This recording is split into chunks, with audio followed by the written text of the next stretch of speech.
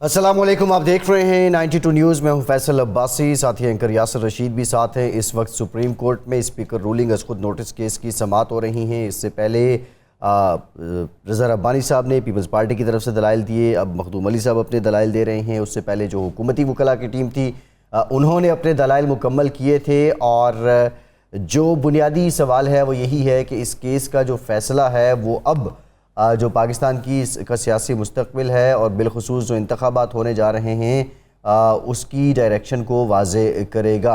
इस तनाजुर में फ़ैसला जो भी आएगा उस पर बात करेंगे, लेकिन अब तक जो मामलात चल रहे हैं उस पर पूरे पाकिस्तान में साथ साथ जो पैरेलल हम ये देख रहे हैं कि सियासी जो यासिर नुमाइंदगान हैं या सियासतदान हैं वो अब एक तरह से अपनी इलेक्शन कैंपेन भी किसी हद तक शुरू कर चुके हैं और वही रस्मी बयानबाजी जो है उसका सिलसिला भी शुरू होने जा रहा है। इसी पूरी सियासी और कानूनी मंजरामे में बात करेंगे। हमारे पैनल में आज मौजूद हैं, इस्लामाबाद स्टूडियो से हमें ज्वाइन किया है, माहिर कानून है, सीनियर अद है, अहमद रज़ा कसूरी साहब। कसूरी साहब बहुत शुक्रिया आपके वक्त का। लाहौर स्टूडियो से हमारे साथ मौजूद है इरशाद अहमद आरिफ साहब, आफ्ताब बाजवा साहब, माहिर कानून, साबिक secretary supreme court bar association, वो भी हमें ज्वाइन कर चुके हैं। आपका भी बेहद मशकूर हूँ। कसूरी साहब, सबसे पहले आपकी तरफ आता हूँ। मखदूम अली खान साहब की जो दलाइल हैं उन पर बात करते हैं। वो कहते हैं कि असम्बली रूल्स जो है वो आइन के आर्टिकल 95 से बाला नहीं हो सकते। पार्लिमानी कार्रवाई में होने वाली बेजाब्तगी को आईनी तहफ़्फ़ुज़ हासिल होता है। आप इस पे क्या राय रखते हैं? देखिए, इसमें दो पॉइंट ऑफ व्यू हैं। एक तो पॉइंट ऑफ व्यू जो है वो इमरान खान वारा का है कि जो भी प्रोसीडिंग्स पार्लियामेंट के अंदर होती हैं they are fully protected under article 69 and कोई जो authority even the supreme court of Pakistan it can not peep into the affairs of the parliament, क्योंकि अगर आप अलाउ करेंगे तो then it will compromise the sovereignty of the parliament. So एक तो point of view ये है। दूसरी तरफ जो पॉइंट ऑफ व्यू है वो ये है कि ये जो पावर्स हैं ये प्रोसीजरल्स हैं। जो असेंबली के रूल्स एंड रेगुलेशन के तहत जो असेंबली रन होती है उसमें अगर कोई स्पीकर का फैसला है तो that can not be looked into. लेकिन अगर आइन की कोई खिलाफ वर्जी होती है तो that can be looked into it see, और यही उनका मौक़िफ़ है। अब देखने की इसमें जो है इन्होंने देखना है। अब चीज़ ये है कि अब इस स्टेज पर अगर आप स्पीकर के जो डिप्टी स्पीकर के ऑर्डर्स को नल करें तो फिर क्या होगा। उसी दी assembly will be restored and पर प्रेसिडेंट का जो हुक्मनामा है वो भी ख़त्म हो गया एंड फिर जो है उनका रिलीफ क्या मांग रहे हैं। रिलीफ यही मांग रहे हैं कि इमरान खान बस स्टेप डाउन, तो वो तो स्टेप डाउन कर गया है। असी he has already done it. जो कि आप 197 आप लेके आए हैं, he has already done it. और दूसरा ये है कि इलेक्शन का आपका डिमांड था, इलेक्शन भी इसने कॉल अप कर दिए हैं। अब चीज़ ये है कि आपके सामने एक केस है अपना हाजी सैफुल्लाह केस। हाजी सैफुल्लाह केस में जो जुनेजो की जो गवर्नमेंट थी उसको ज़ियाउल हक साहब ने उसको कलअदम कर दिया, ख़त्म कर दिया।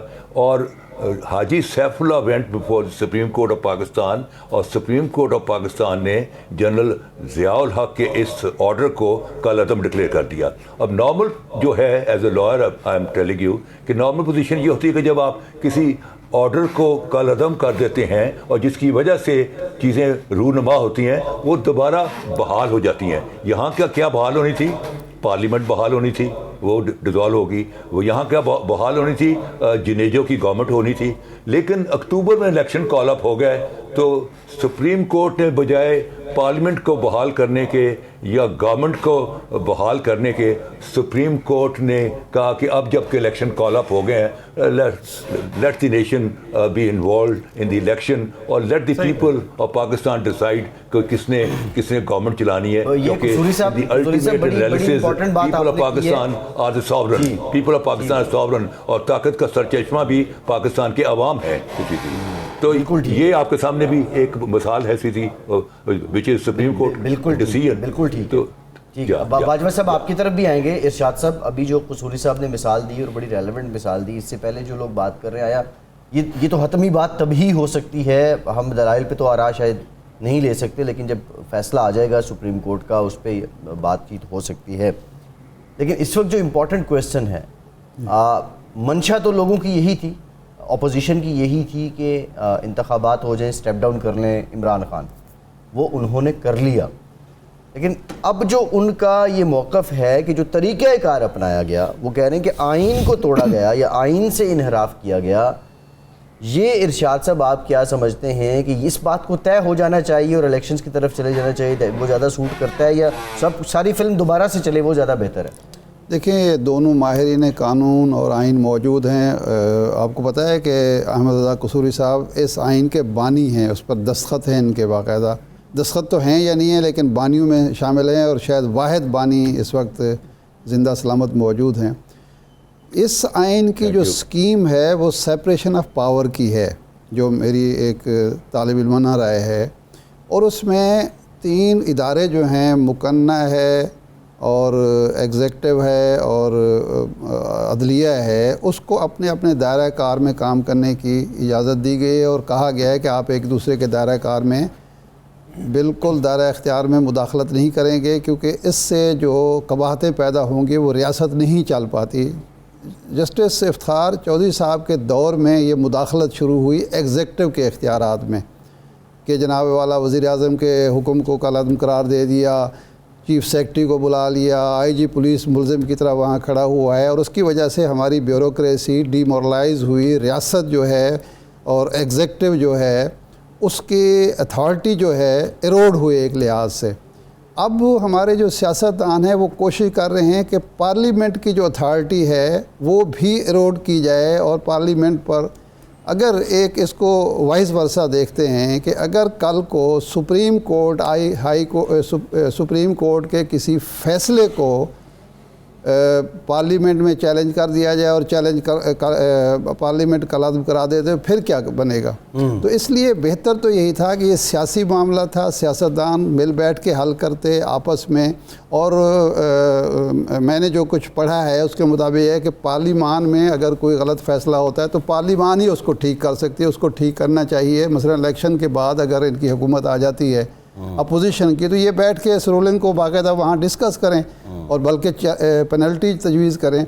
ये भाग के अदालत में पहुंच गया, ठीक है, अब जो अदालत का फैसला होगा वो अपोजिशन का रोना पीटना किस वजह से है? बुनियादी तौर पे वो जो 3-4 माह या 5 माह हुकूमत करना चाहते थे, उसमें उन्होंने इंतखाबी इस्लाहात अपनी मर्जी के मुताबिक करनी थी, ईवीएम की वापसी होनी थी, अगला सेटअप उन्होंने तश्कील देना था, अब वो खुद नहीं कर सकते। हाँ बिल्कुल, असल मसला ये था कि हमारा आईजी हो, हमारा चीफ सेक्रेटरी हो, हमारे कमिश्नर, डिप्टी कमिश्नर और पुलिस ऑफिसर हों, वो इलेक्शन कंडक्ट करें और हम मर्ज़ी के नताइज हासिल कर सकें, जिसका मौका नहीं मिला। ये आज मुझे जो सबसे ज़्यादा अफसोस हो रहा है, जब मैं रज़ा रब्बानी साहब के दलाइल पढ़ रहा था, ये साहब जो हैं जब फ़ौजी अदालतों के इशू पर वोट दे रहे तो साथ ही आंसू बहा रहे थे कि मैं आज पार्लियामेंट की सुप्रीमेसी जो है उस पर कंप्रोमाइज़ कर रहा हूँ अपनी पार्टी डिसिप्लिन की वजह से।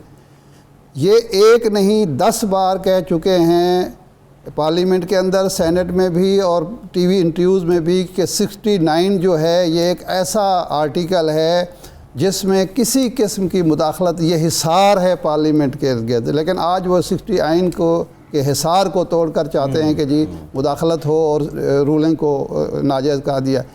एक इशू, दूसरा इशू जो इसमें वो ये है कि क्या नेशनल सिक्योरिटी भी कोई इशू है इस मुल्क का? क्या नेशनल सिक्योरिटी को आप कंप्रोमाइज़ करके एक हुकूमत चेंज, रजीम चेंज करना चाहते हैं और आप कहते हैं ये तो कोई इशू ही नहीं है?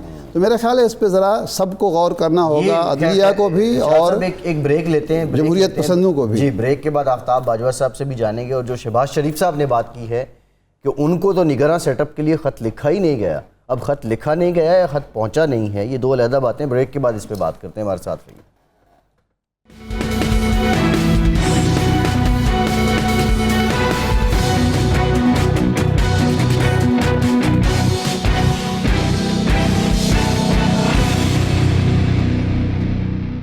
ब्रेक के बाद एक बार फिर से खुशामदीद नाज़रीन। ब्रेक से पहले जिस तरह बात हो रही थी, एक सियासी नुक्ता नज़र है कि जिसमें अपोजिशन का वावेला किन वजूहात की बुनियाद पे है कि वो खुद तो पहले ये चाहते थे कि नए इलेक्शन हो, लेकिन अब जब नए इलेक्शन कॉल हो चुके हैं तो अभी भी वो इस बात पर बज़िद हैं कि ये गैर आइनी तरीके से हुए हैं। इसके पीछे वजूहात क्या है, उस पर कुछ रोशनी इरशाद साहब डाल चुके हैं। कानूनी नुक्ता नज़र पे बात करेंगे। इस्लामाबाद स्टूडियो की तरफ बढ़ते हैं। आफ्ताब बाजवा साहब हमारे साथ मौजूद हैं। आफ्ताब बाजवा साहब, जिस तरह इरशाद साहब ये बात कर रहे थे कि रजा रब्बानी साहब पहले कहा करते थे कि जो 69 है आर्टिकल वो हिसार है पार्लियामेंट का, और अब उसी हिसार को तोड़ने की बातें की जा रही हैं।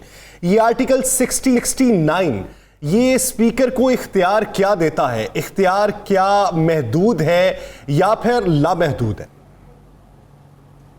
देखिए, ये आर्टिकल 69 जो है ये सबसे पहले तो मैं ये गुजारिश करूँगा आपसे कि वो तमाम टिकर जो हैं, जो भी बिलावल, शहबाज शरीफ, मौलाना फजल रहमान के वो निकालें, जिसमें वो कहते थे कि हम इलेक्शन कराना चाहते हैं, क्यों नहीं असम्बली डिज़ाल्व करता इमरान खान, असम्बली डिज़ाल्व करे और इलेक्शन करवाए। अब जब ये सारे मामला हो गए तो अब ये सारी अवाम को पता है, 2-2 हफ्ते यही बयान सुने हुए हैं उन्होंने। जी, अब मैं गुजारिश करूंगा एक सबसे पहले कि हमारा सुप्रीम लॉ है कुरान, उसके बाद है आईन पाकिस्तान। आईन पाकिस्तान की जो भी दफात हैं उनके मुताबिक इस मुल्क को चलना है और चलाना है। अब देखिए, जब जनरल बाजवा की एक्सटेंशन का मामला आया था सुप्रीम कोर्ट में, जब मामला गया तो सुप्रीम कोर्ट ने मामले को वापस असेंबली में भेजा था कि जनाब असेंबली ही इसको डिसाइड करे। अब 69 आर्टिकल की जो बात कर रहे हैं, जिसमें स्पीकर की रूलिंग्स होती हैं, उसके मतलब ये दिया गया है और वाज़े तौर पे लिखा गया है कि उसकी रूलिंग्स को कहीं चैलेंज नहीं किया जा सकता। इस बात का देखिए, एक सदारती रेफरेंस आया अदालत के अंदर, सुप्रीम कोर्ट इसी बेंच के पास, और इन्हीं 5 जजों ने वो सुना और उसमें रिमार्क्स दिए, इन ऑब्जर्वेशंस दी कि जनाब सुप्रीम कोर्ट जो स्पीकर की रूलिंग है 69 के तहत किसी भी अदालत में चैलेंज नहीं हो सकती। उसमें लिखा हुआ है वो किसी भी अदालत में चैलेंज नहीं हो सकती, और उसको यही कह के ऑब्जर्वेशन भी दी कि ये स्पीकर की जो रूलिंग है हम उसको कोई भी जो है किसी जगह चैलेंज नहीं किया जा सकता। जब ये बात ऑलरेडी पहले सुप्रीम कोर्ट ये डिसाइड कर चुकी है और उसी बेंच के पास अब वही रूलिंग एक जो है स्पीकर की आके पड़ी हुई है देखने के लिए, अब उसमें हम वकला साहबान हमारी मर्जी, हम कहते रहे कि इसमें मेलाफाइडी है, इसमें जनाब इनकी बदनीति शामिल है, ये गैर आइनी है, ये गैर कानूनी है। भाई अगर कोई गैर आइनी और गैर कानूनी मामला है तो ये असम्बली में ही जाएगा। देखिए, ये आईने पाकिस्तान बना 1973 में। पीपल्स पार्टी वाले इस क्लेम करते हैं कि जी हमने बनाया। मेरे पास क्योंकि बड़े सीनियर लॉयर बैठे हैं, कसूरी साहब बड़े रिस्पेक्टेबल हैं मेरे लिए, बहुत कुछ सीखते भी हैं इनसे। इरशाद साहब भी बैठे हैं, बहुत माशाल्लाह बहुत बड़े एक दानिशवर हैं। गुजारिश इतनी है मेरी कि जब एक आईने पाकिस्तान आपने बनाया, फिर एक फहमीदा मिर्ज़ा केस है, उसकी भी एक रूलिंग चैलेंज हुई थी, उसमें भी सुप्रीम कोर्ट का एक फैसला मौजूद है। महबूब अली शाह केस का फैसला महमूदा, जिसमें रजा रब्बानी साहब ने खुद कहा, उनका अपना स्टेटमेंट मौजूद है उसमें कि जनाब स्पीकर की रूलों को चैलेंज नहीं किया जा सकता। उसके बाद सैफुल्लाह केस आया। बाजवा साहब एक ज़िमनी सवाल ले लें, आपकी दलील को एक लम्हे के लिए मान में लिया जाए तो बात समझ आती है, लेकिन जो कंडक्ट है स्पीकर का और एक बात जो अभी तक इस्टेब्लिश नहीं है आलमी साजिश की, उसको बेस बना के उस सारी मोशन को रिजेक्ट कर देना, मूव को रिजेक्ट कर देना, इस पर आप क्या कहेंगे? जो कानूनी और पार्लिमानी नॉर्म्स हैं, क्या ये उसकी अक्कासी करता है, उसकी वो इसकी तायद करती हैं इस अमल की? देखिए, आईने पाकिस्तान की जितनी दफात हैं, जितने आर्टिकल के, उनकी खिलाफ वर्जी जब भी होगी तो हाई ट्रीजन का मुकदमा होगा। अब देखिए, कोई भी वाकया होता है उसकी एक इंक्वायरी इन्वेस्टिगेशन होती है।